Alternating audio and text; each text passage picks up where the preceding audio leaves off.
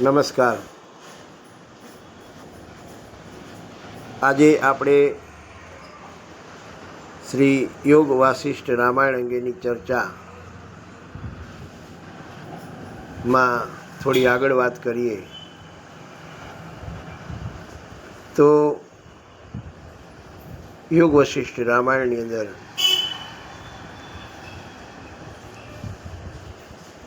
વાત આવે છે કે ભગવાન શ્રી રામ ને નાની વયમાં તીર્થયાત્રા કરવાનું મન થાય છે અને ભગવાન શ્રી રામ ને તીર્થયાત્રાએ મોકલવામાં આવે છે. પરંતુ ભગવાન શ્રી રામની આ યાત્રા માત્ર ભૌતિક નદીઓ અને ધામોની ધામોની યાત્રા ન રહી, તેમને જીવનના તાત્વિક પાસાઓ અને વિચાર પર ધકેલ્યા. અને ત્યાં ભગવાન શ્રી રામ જોઈ આવે છે કે વૃદ્ધો, દુઃખીઓ, રોગી, મૃતદેહો, અમીર, ગરીબ વચ્ચેનો વૈભવ ભેદ, દમ, હિંસા અને એની બેચેની શોધે છે અને એ પાછળ પસ્તાળના રહસ્યનું કારણ શોધે છે. જાણે તારવતો હતો તેમનો આત્મા. તેના મનમાં વિચાર આવે છે કે આ જગત જેમ દેખાય છે એવું નથી, બધું ભ્રમરૂપ છે અને આ અસ્થિરતા જ દુઃખનું મૂળ છે. અને રામ યાત્રાએથી પરત ફરે. યાત્રા પછી ઊંડો વૈરાગ્ય. રામજીનું અંતરંગ શૂન્ય થઈ ગયું. તીર્થયાત્રામાં પરત આવ્યા પછી શ્રી રામજી મહત્વતમ શાંતિ શોધે છે, પણ શાંતિ પામતા નથી. રાજસિક ભોગ, રાજ્યની જવાબદારી, ઇન્દ્રિય સુખ આ બધું વિપરીત લાગે છે. તેમને આંખે બધું અસ્થિર લાગે છે.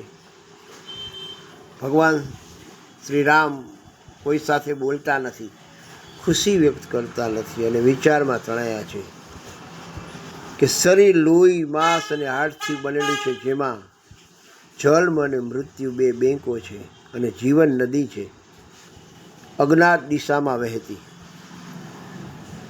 જગત મિથ્યા છે, રામજીના વિચારનો આધાર. ભગવાન શ્રી રામ કહે છે કે જે કાંઈ દેખાય છે તે સાચું નથી. દરેક વસ્તુમાં ક્ષણિકતા છે. સંબંધો, સંપત્તિ, સ્વાસ્થ્ય બધું ભ્રમરૂપ છે.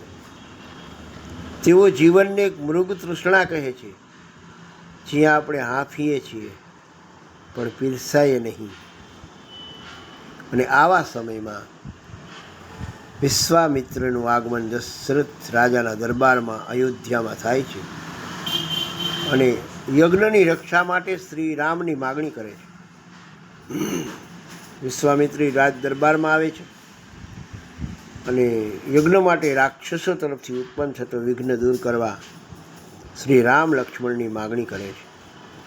રાજા દશરથ આશ્ચર્યચકિત થાય છે કે મારો પુત્ર તો નાની વયનો છે અને હાલમાં તેનામાં વૈરાગ્ય વિચારો આવી રહ્યા છે.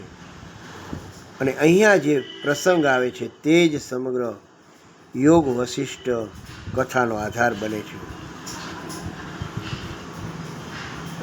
રાજસભામાં રામજીને બોલાવવામાં આવે છે.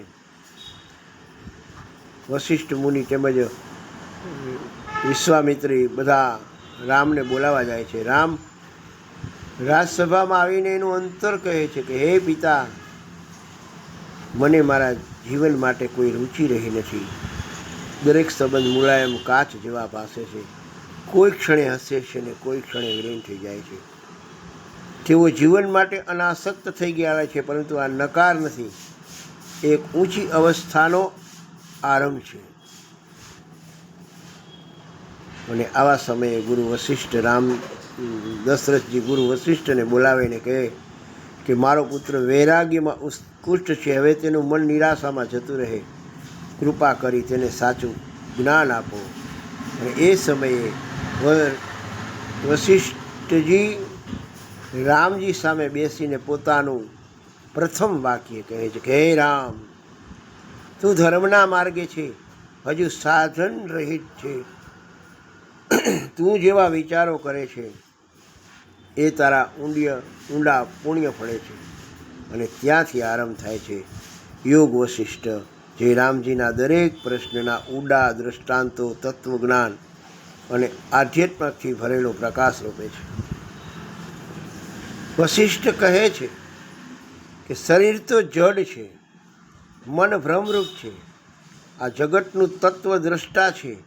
તું એ જ છે જે તારા શુદ્ધ સ્વરૂપને જાણે છે. એક દિવસ તું જીવતો જીવયુક્ત છે. તેઓ વિષયવાસના દુઃખ, જન્મ મૃત્યુના ચક્કરને તત્વજ્ઞાનથી ભેદી નાખે છે.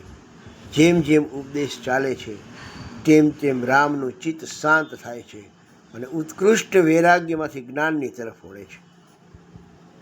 અને આવી રીતે શ્રી યોગ વશિષ્ઠ કથાનો પ્રારંભ થાય છે.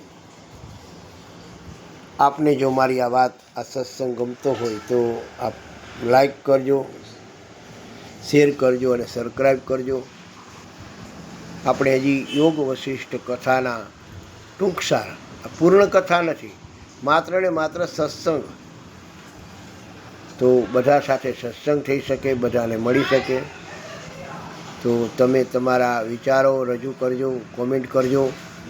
અને ખૂબ અદ્ભુતપૂર્વ આ ગ્રંથ છે જે ખૂબ ઓછો સાંભળવા મળે છે. તેથી જ્યારે એકાંતની ક્ષણો હોય ત્યારે અદ્ભુત ગ્રંથનો લાભ મળે અને ટૂંકસાર મળે. આ કોઈ પૂરી કથા નથી, કોઈ કથા કે કોઈ વ્યાસ આસને બેસેલીને કહેવામાં આવેલી કથા નથી, પણ એક આપણી પરોઢની સંધ્યાએ કરવામાં આવેલો સત્સંગ જે આપણે કરીએ છીએ અને જેમાં શ્રી યોગ વશિષ્ઠ જે સત્સંગનો મુખ્ય આધાર છે અને તેના દ્વારા, તેના અનુસંધાનમાં કરવામાં આવેલા વર્ણનો, તે બધા અહીંયા હું રજૂ કરવાનો પ્રયત્ન કરું છું.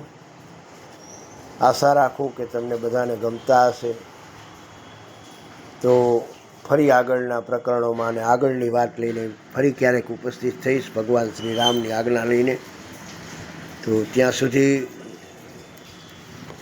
આપ આ પ્રસંગને અનુકરો, કારણ કે આમાં બધું ટૂંકું છે અને સરળતાથી આપણે શ્રી યોગ વશિષ્ઠ રામાયણને સમજી શકીએ એ માટે મારો એક આ નમ્ર પ્રયાસ છે.